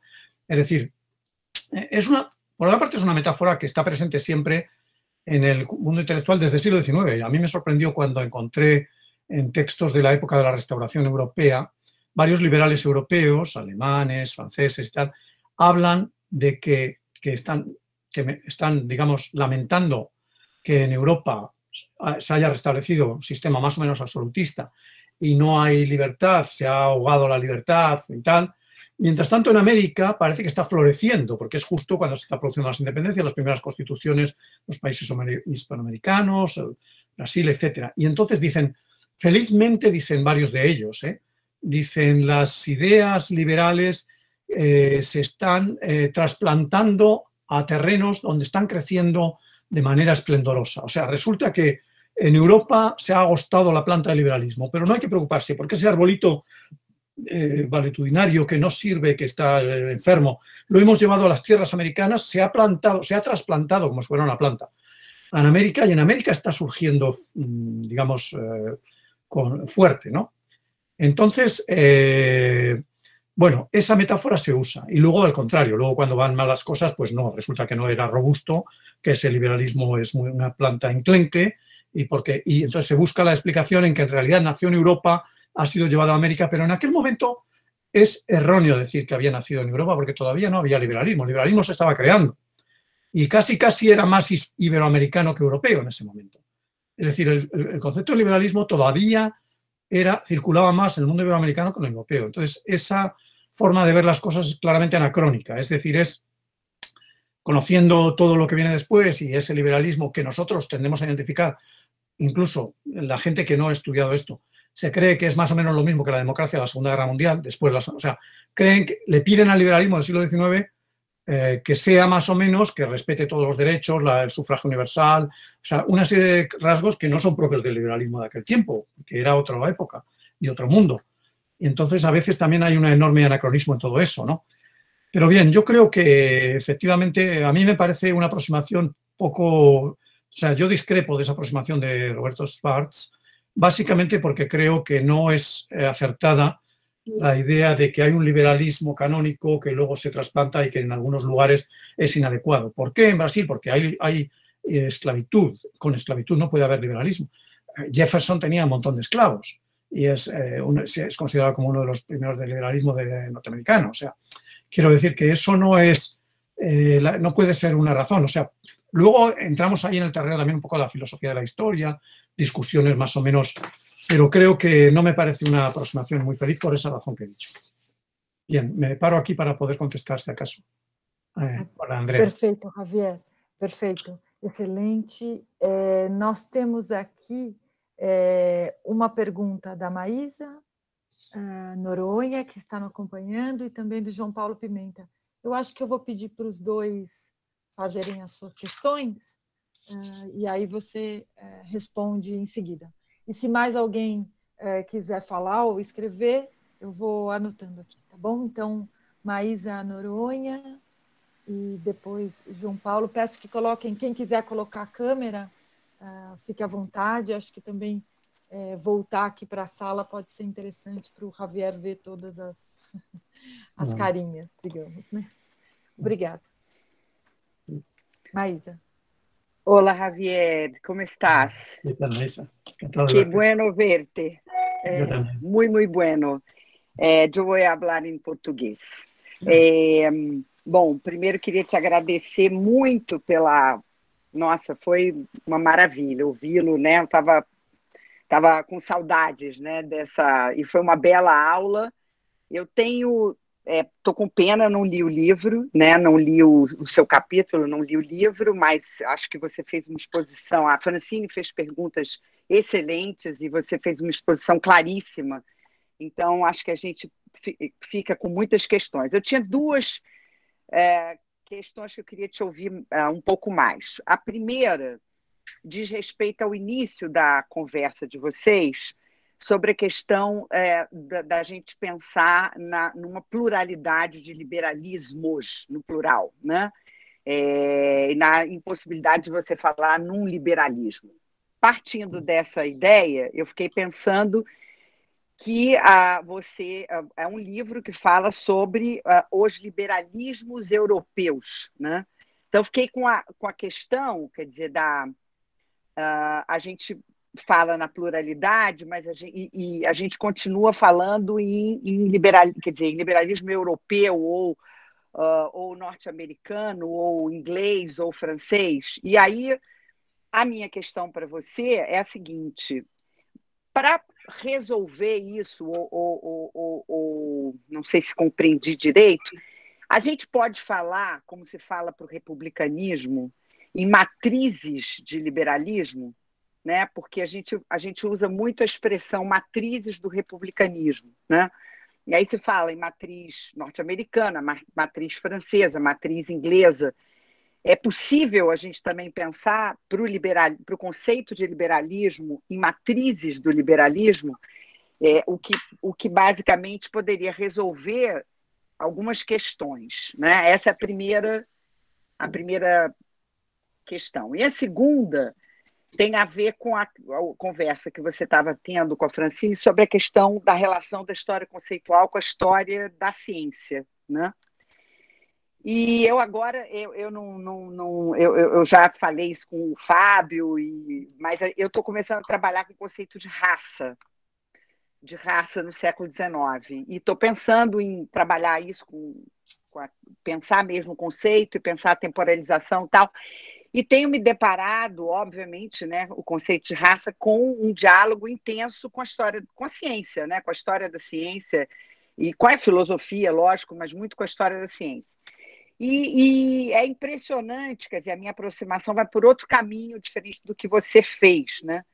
Mas é também muito impressionante como os conceitos políticos, eles, do 19, né, os conceitos modernos, né, os conceitos da modernidade, eles beberam na fonte, né, da ciência, né? Então, como foram muitos deles, como revolução, mesmo o conceito de raça, né, como eles são conceitos inicialmente conceitos da ciência, né, da ciência, e eles são apropriados, né? Tem aquele belo texto da Hannah Arendt que ela fala quando o conceito de revolução chega na história, né, chega na política. Então, se também não seria possível fazer uma aproximação da história conceitual, né, da história dos conceitos políticos com a história da ciência, por essa enorme relação que se estabeleceu no século XIX, não sei se até antes, né, eu poderia dizer, no XVIII, com certeza, entre a ciência e a política. É isso. Muchas gracias, Maisa. ¿Puedo contestar? Eu acho que sim, não é, Javier? E aí depois o João Paulo faz a pergunta, porque eu acho que tem duas perguntas aí. Vou pedir para você contestar de maneira a que tenham mais duas intervenções ainda, tá bom? Então, tá ótimo. Obrigada. Obrigado. Bien, has hablado, Maisa, de crisis del liberalismo. Efectivamente, hay varias crisis del liberalismo. Podemos hablar de una crisis reciente, de una crisis del periodo de entreguerras, de una crisis de finales del siglo XIX. Es decir, hay varios momentos en los cuales se habla claramente. Las fuentes de la época dicen que hay una crisis del liberalismo. Muchos consideran que es una crisis terminal en cada uno de los momentos, como que ya el liberalismo no va a seguir adelante.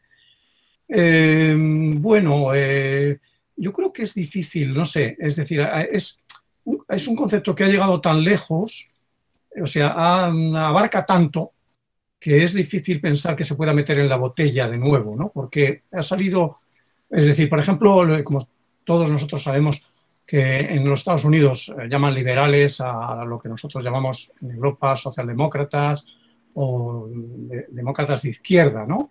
Eso es lo que llaman liberales, ¿no? En Estados Unidos, pero también para los teóricos, un liberal es Rawls, que escribe en plena crisis del liberalismo su teoría de la justicia, pero también es un liberal Nozick, que es el libertarismo, ¿no?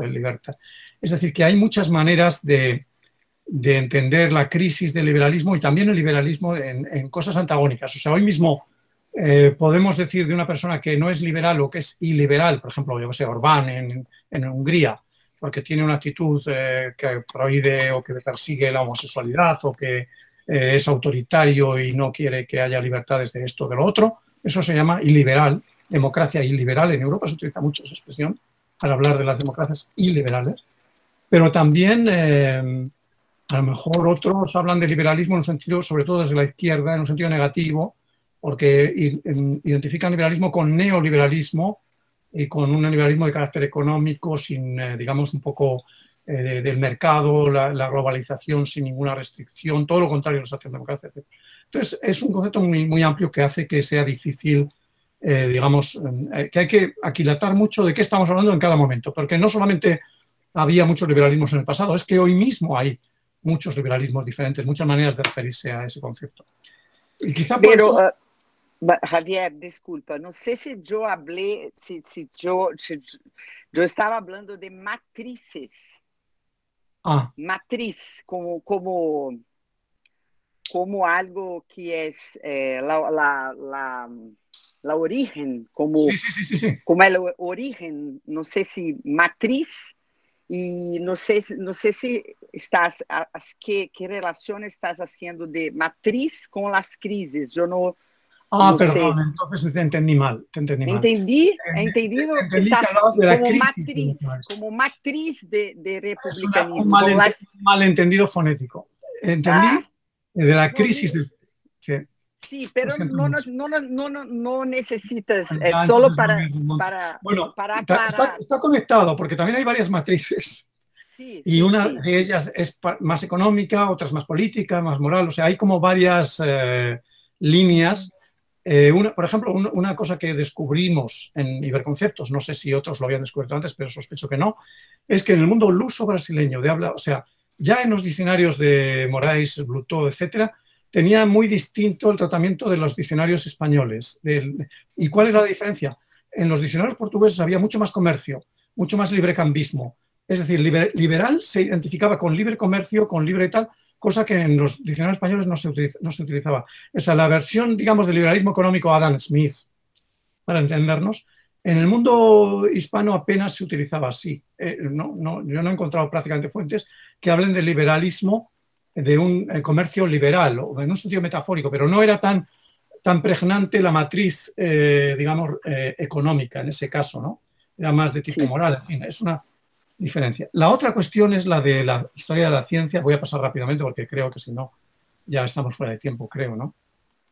Tranquilo, Andrés. Javier, pode responder, tranquilo. Sí, y entonces la otra cuestión de la historia de la ciencia, me parece muy interesante que hagas ese estudio sobre el concepto de raza, porque efectivamente te va a llevar de manera natural e inevitable, Maisa, a mirar del lado de la ciencia, porque realmente, mientras que hemos dicho antes que los ismos políticos nacen en la primera mitad del 19, en la segunda mitad del 19 empieza a haber muchos ismos también de carácter científico. O sea, quizá el mayor de ellos es darwinismo o positivismo. O sea, empieza a haber una serie de ismos de carácter científico, pero otros también de detalle, daltonismo, no sé qué. O sea, empiezan a aparecer otro tipo de... Y entonces me parece que tiene mucho sentido ver cómo estos conceptos que con toda razón, muchos de ellos políticos, terminan siendo políticos por vía metafórica, habían sido de la astronomía como la revolución, o de la medicina como la crisis, o de la física como reacción. Son conceptos que son políticos, pero que empiezan siendo científicos, de un campo o de otro, ¿no? Y hay bastantes de estos conceptos, yo creo que hay bastantes. Es muy interesante ver cómo se transfieren, y porque eso te va a llevar de manera natural a conectar lo sociopolítico con lo científico-técnico, y también lo conceptual con lo metafórico. Porque la traslación de un campo a otro siempre se hace por vía metafórica, claro. Entonces creo que es un gran proyecto y te animo a hacerlo y me encantará leerlo cuando lo publiques. Qué bueno. Gracias, Javier. Agora, João Paulo Pimenta tem uma questão? Pode falar? Hola, buenos días, buenas tardes. No sé si hay buenas noches en este foro. Javier, un gusto escucharte. Francine también. Muchas gracias por ese debate súper interesante. Bueno, yo estoy hablando en español, no sé si exactamente español, para que los errores sean exclusivamente míos, Javier, y no los tuyos. Bueno, son dos cosas, sí, dos comentarios breves, y me gustaría escuchar tanto a Javier quanto uno también a Francine, ¿no? Empiezo, Javier, por esta lectura de Otto Brunner, que es un autor que, bueno, desgraciadamente, que yo sepa, no está traducido al español, tampoco está al portugués, no sé si está al inglés, italiano. Bueno, yo no leo italiano, así que siempre escuchamos hablar de Otto Brunner, pero poquísima gente, bueno, no sé, en Brasil, en otros países, ha tenido la oportunidad de leerlo. Pero me llamó la atención tu comentario sobre él, ¿no? Porque él, estudiando... bueno, una parte de lo que llamaríamos con mucha flexibilidad de un mundo medieval, una parte del mundo medieval, descubre, por decir así, que no hay ciertos conceptos en este mundo, como Estado o sociedad. Y ahí empieza entonces a historicizar este mundo por otros conceptos. Perfecto, eso comprendo perfectamente. Pero te pregunto, Javier, si es posible uno depararse con algunas sociedades sin conceptos o con algunas dimensiones sociales sin conceptos. Y si la historia conceptual como un corte, como un punto de partida, no nos ofrece el riesgo de una cierta tautología. O sea, si uno es historiador del Estado, jamás estudiará lo que Otto Brunner estaba estudiando, porque ahí no hay Estado, tendrá que estudiar otras cosas. ¿Cómo ves, entonces, al mismo tiempo, esta gran amplitud, esta gran potencia epistemológica de una historia conceptual, pero también quizás una limitación? ¿Sí? La pregunta es esta: ¿hay sociedades sin conceptos o hay dimensiones de sociedades que no son conceptualizables? ¿Sí? Esta es una cosa. Y la otra, quería volver al tema de la historia de la ciencia y poner Francine también en el debate.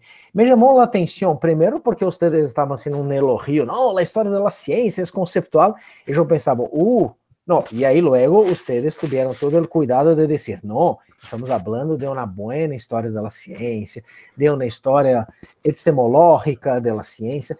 Yo pregunto si ustedes no estaban hablando justamente de una historia conceptual de la ciencia, ou seja, haciendo um elogio a uma história conceptual da ciência, porque capaz de ajudar a história conceptual, não? Porque eu imagino, não sei, Francine, ajuda-me com isso também, por favor, que é possível encontrar certas histórias da ciência que sejam conceptuais, que sejam epistemológicas, e que sejam, por exemplo, que estejam basadas em la ideia de progresso. Ou seja, quizás esta pluralidade de histórias da ciência ofereçam algumas oportunidades também onde uma conceptualização da ciência não seja um antídoto completo contra certas teleologias da ciência, incluyendo a teleologia do progresso, que é uma super forte entre muitos historiadores da ciência. ¿Queda claro? É isso, muitas graças. Uhum. Eu vou fazer um comentário aqui que eu acho que pode ser juntado às questões do João Paulo, e também acho que talvez o Javier e Francine poderiam falar alguma coisa. É um comentário do Abiúde Moraes de Ataíde, onde ele pergunta, eu acho que com isso permite falar um pouco da história dos conceitos, né?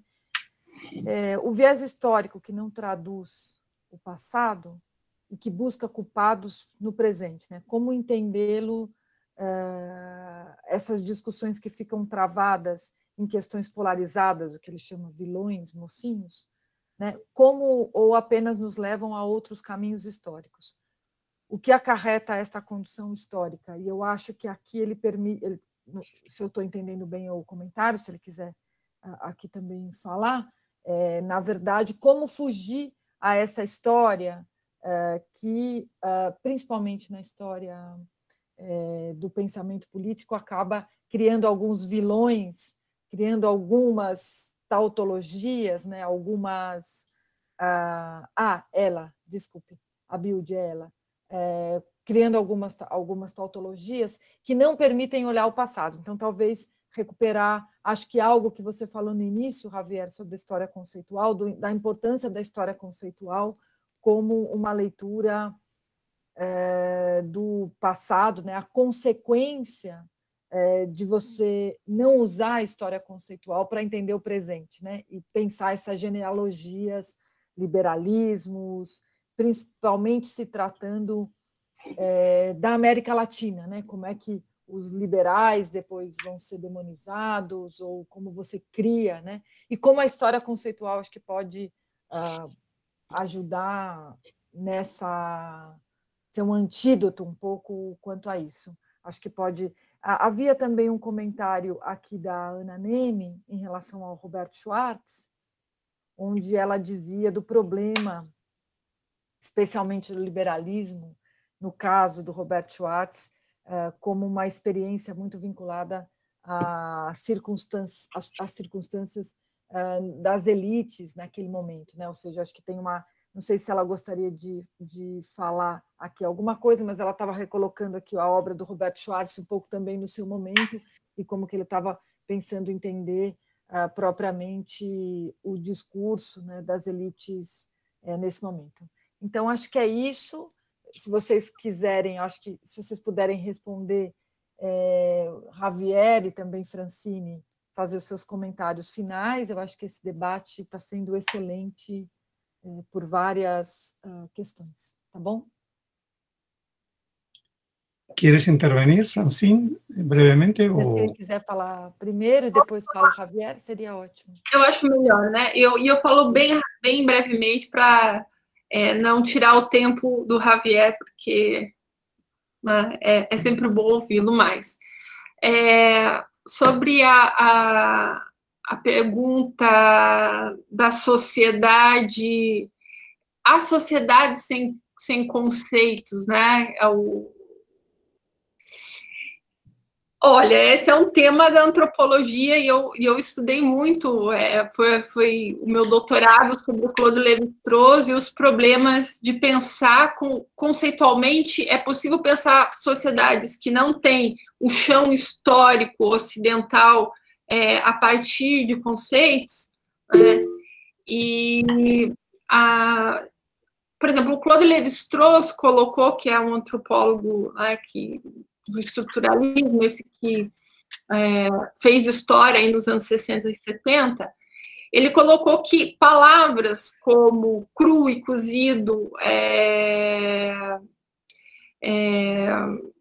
alto, baixo, nas sociedades indígenas, eles indicam, essas palavras, elas teriam não um equivalente conceitual, mas a gente deveria entendê-las como signos muito complexos e difíceis de serem capturados numa definição.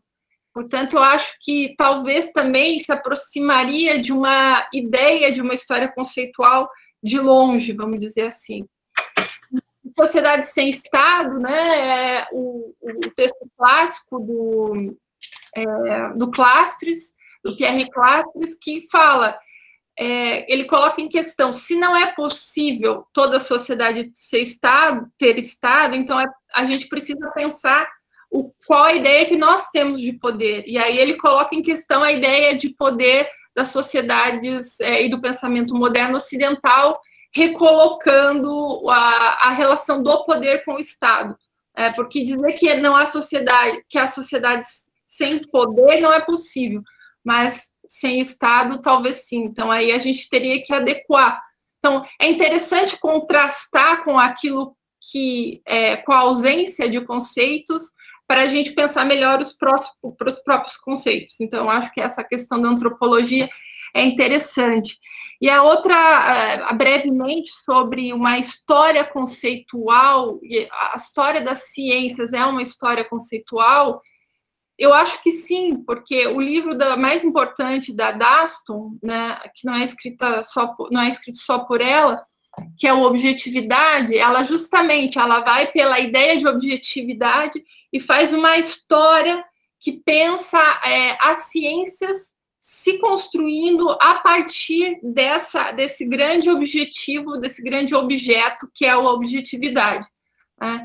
E eu acho que o livro em si tem muito também a nos inspirar, né? Por isso que eu falei da Daston, mas ele não é baseado numa ideia de progresso, mas sim de que cada ciência tem o seu critério de racionalidade, para retomar uma ideia do Fleck que o Javier falou aqui. Então, cada ciência constituiu a sua ideia de objetividade e, portanto, também de verdade, e cada uma tem uma historicidade específica. Por isso que não é possível colocar uma ciência em relação à outra do ponto de vista progressivo, mas sim de inteligibilidade, portanto, epistemologicamente. É interessante que a epistemologia aí é mais histórica que a própria cronologia histórica. Muy bien. Obrigada, pues, Francine. Javier, então, acho que se você ¿me permites entonces? Bien, claro, por favor. Muchas gracias. Yo creo que lo que ha dicho Francine en esta última parte es prácticamente lo que coincide exactamente con lo que le iba a responder a Joao, que ha planteado dos cuestiones, como siempre, muy inteligentes, muy interesantes las dos.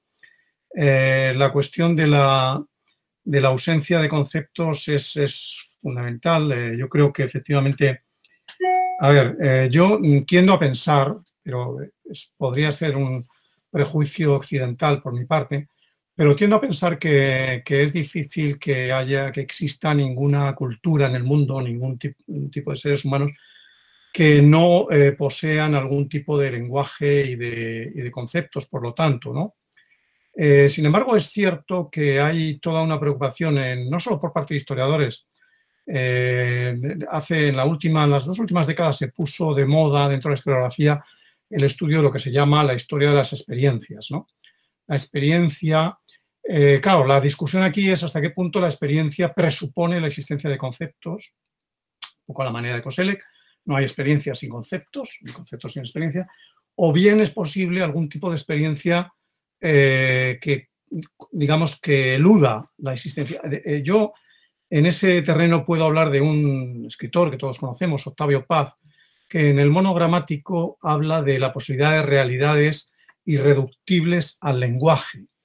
Es decir, que puede haber ciertas experiencias que no puedan ser conceptualizadas y que no estén conceptualizadas previamente. Eso nos conecta de alguna forma también con el pensamiento de Blumenberg, que ha sido estudiado por varios autores, sobre lo que se llama la metaforología y un famoso ensayo pequeñito, un pequeño ensayo, pero muy importante, de 10 páginas o 12 páginas sobre lo inconceptual, ¿no? Y es una reflexión sobre cómo hay algo preconceptual, que antes de la existencia de ciertos conceptos en ciertos ámbitos hay una especie de magma. Él utiliza metáforas porque es la única forma de que puede expresarse eso, ¿no? Que es de carácter metaforológico y que está generando conceptos que pueden surgir o no surgir, porque de alguna forma para él las metáforas son como una especie de, digamos, humus sobre el que brotan luego ulteriormente los conceptos, ¿no? Entonces, lo que más me hizo pensar de la pregunta de Joao es que como historiadores nos vemos obligados a lo que Ortega, el filósofo español José Ortega y Gasset, en un ensayo que tiene sobre la historia, sobre la escritura de la historia, que llama la historia como sistema, es un ensayo muy interesante. Y ahí plantea que lo más difícil para un historiador es despensar los conceptos, despensar conceptos. Y me pareció ese concepto de despensar, me pareció realmente brillante, porque de algún modo lo que él dice es que cuando uno se interna en el pasado, si vas profundizando en un pasado cada vez más lejano, tienes que ir soltando lastre. O sea, tu equipaje de conceptos se va viendo reducido, porque había muchos conceptos que no existían antes. Si vas al siglo XVII, no existía el concepto de opinión pública. Si vas al siglo, yo qué sé, XIII, no existía el concepto de Estado. Si vas al siglo no sé qué. Entonces, hay muchos conceptos modernos que han surgido en tiempo histórico y que, por tanto, antes de ese tiempo reciente no existían. Y, por tanto, la habilidad del historiador es cómo despensar esos conceptos. Porque tienes que, como si dijéramos, borrarlos de tu mente. Puedes decir, bueno, vamos a pensar que aquellos con los que estamos estudiando, los egipcios no disponían de un concepto para esto, porque parece ser que... Entonces, eso es realmente difícil y es una de las tareas que el historiador tiene que hacer. Con respecto a la cuestión de la historia conceptual y la historia de la ciencia, yo le doy la razón. Efectivamente, creo que de lo que estábamos hablando era de una historia conceptual, pero no solo conceptual, sino un poco metaconceptual, como decía Francine. Porque en el fondo, los historiadores de los conceptos nos mantenemos de los conceptos políticos y sociales. Todo lo más abstracto que podemos manejar, y ya es mucho, son conceptos como sociedad, Estado, individuo, representación. Pero es que Lorenda Stone y toda esta gente lo que hacen los epistemólogos es pensar el concepto de verdad, el concepto de evidencia, el concepto de objetividad, el concepto de ciencia, el concepto en fin, de experiencia. Esos conceptos, cuando uno los va a buscar a las fuentes, es decir, trata de entender, también se da cuenta de que no tiene para nada ese aspecto transparente que suponemos.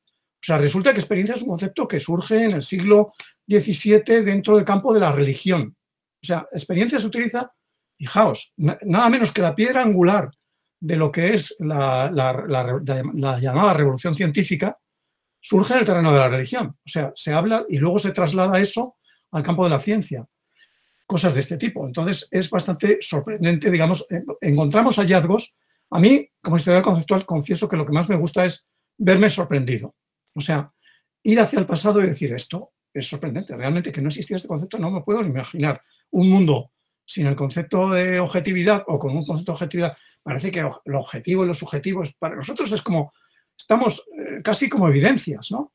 Y resulta que esas evidencias tienen un origen histórico. Eso creo que es muy importante y eso nos lo aportan los historiadores epistemólogos de la epistemología histórica, ¿no? Bueno, luego Moraes de Ataide creo que se llamaba, ¿no? Nuestro, el que ha preguntado... Abiud. ¿Cómo de nombre? Abiud. Uy, eso no lo puedo pronunciar. Abiud. Abiud. Pues... Você deve estar acostumado com os nomes bascos. Então aqui... sí, pero son más fáciles de pronunciar. Bueno, entonces, la cuestión de las polarizaciones, yo no sé si lo he entendido del todo bien. La verdad es que no estoy muy seguro de haber entendido todo bien. Yo creo, lo voy a unir, no sé, o sea, lo que creo haber entendido, pero tal vez esté totalmente equivocado.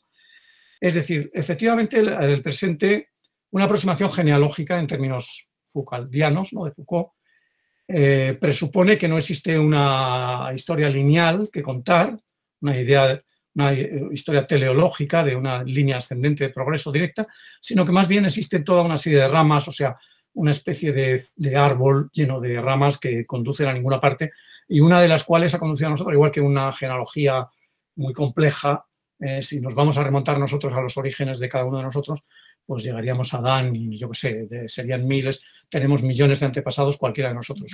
Pues un poco la misma idea esa de que en realidad cuando vamos al pasado los conceptos se ramifican y tal.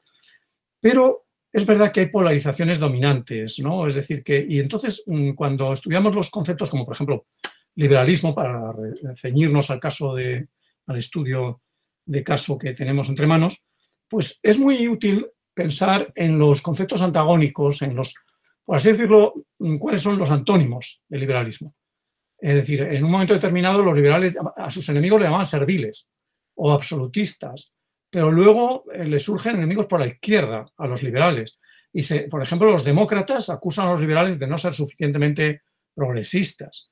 O los socialistas, con respecto, es decir, que si vamos a lo largo del tiempo, nos encontramos con una genealogía también bastante lúcida de diferentes polarizaciones. O sea que incluso el método de oposiciones, de pensar en términos de, digamos, dicotómicos, también puede ser aplicado con cierto fruto en la historia conceptual, porque una manera muy útil de pensar cualquier concepto es pensar en todos aquellos conceptos que se relacionan con ese concepto, complementarios, semisinónimos, es decir, liberalismo no se puede pensar sin libertad, sin emancipación, sin representación, sin opinión pública, sin, yo qué sé, hay un montón de conceptos que son ley, propiedad, individuo, derechos, y no puedes pensarlos los opuestos sin despotismo, esclavitud, digamos, opresión, en fin, todos aquellos conceptos negativos, tiranía, etcétera, que caracterizan todo aquello que el liberalismo odia, ¿no? Y contra lo cual está combatiendo en un momento determinado. Luego el combate contra otros enemigos. Entonces es interesante ver esa dialéctica compleja de complementarios y oposiciones a lo largo del tiempo, porque eso nos va a informar mucho nuestro estudio, ¿no? De cualquier tema que estudiemos, yo creo que tiene sentido essa búsqueda de polaridades. Perfeito, Javier. Olha, devido aqui ao adiantado da hora, Sim. a gente precisa encerrar essa sessão. Eu vou pedir para as pessoas que quiserem abrirem as suas câmeras, para eu agradecer aqui pessoalmente ao Javier por essa sessão extraordinária, a Francine pelos seus comentários e a sua participação aqui de maneira excelente nesse debate. Quero agradecer muito a vocês todos que acompanharam a discussão. Acho que foi um espaço super rico. Espero que nós continuemos com essa sessão, né? E também o nosso fórum vai voltar no formato presencial em outubro, dia 14 e 15 de outubro a gente já tem data marcada sobre o fórum sobre guerras, independências e na América. Agradeço aqui a todos os meus colegas, enfim, encerro essa sessão. Muito, muito obrigada a vocês dois. Não sei se você quer fazer suas últimas colocações, Javier, e também a Francine, só para a gente acabar aqui esse debate. Muchísimas gracias a todos por vuestras preguntas. Ha sido muy interesante y he aprendido mucho. Gracias. Isso. Então, Francine, obrigada. Obrigada, Javier. Agradecer todo mundo aqui. Tú eres la que has planteado las preguntas interesantes y ha dado un poco de juego para el debate.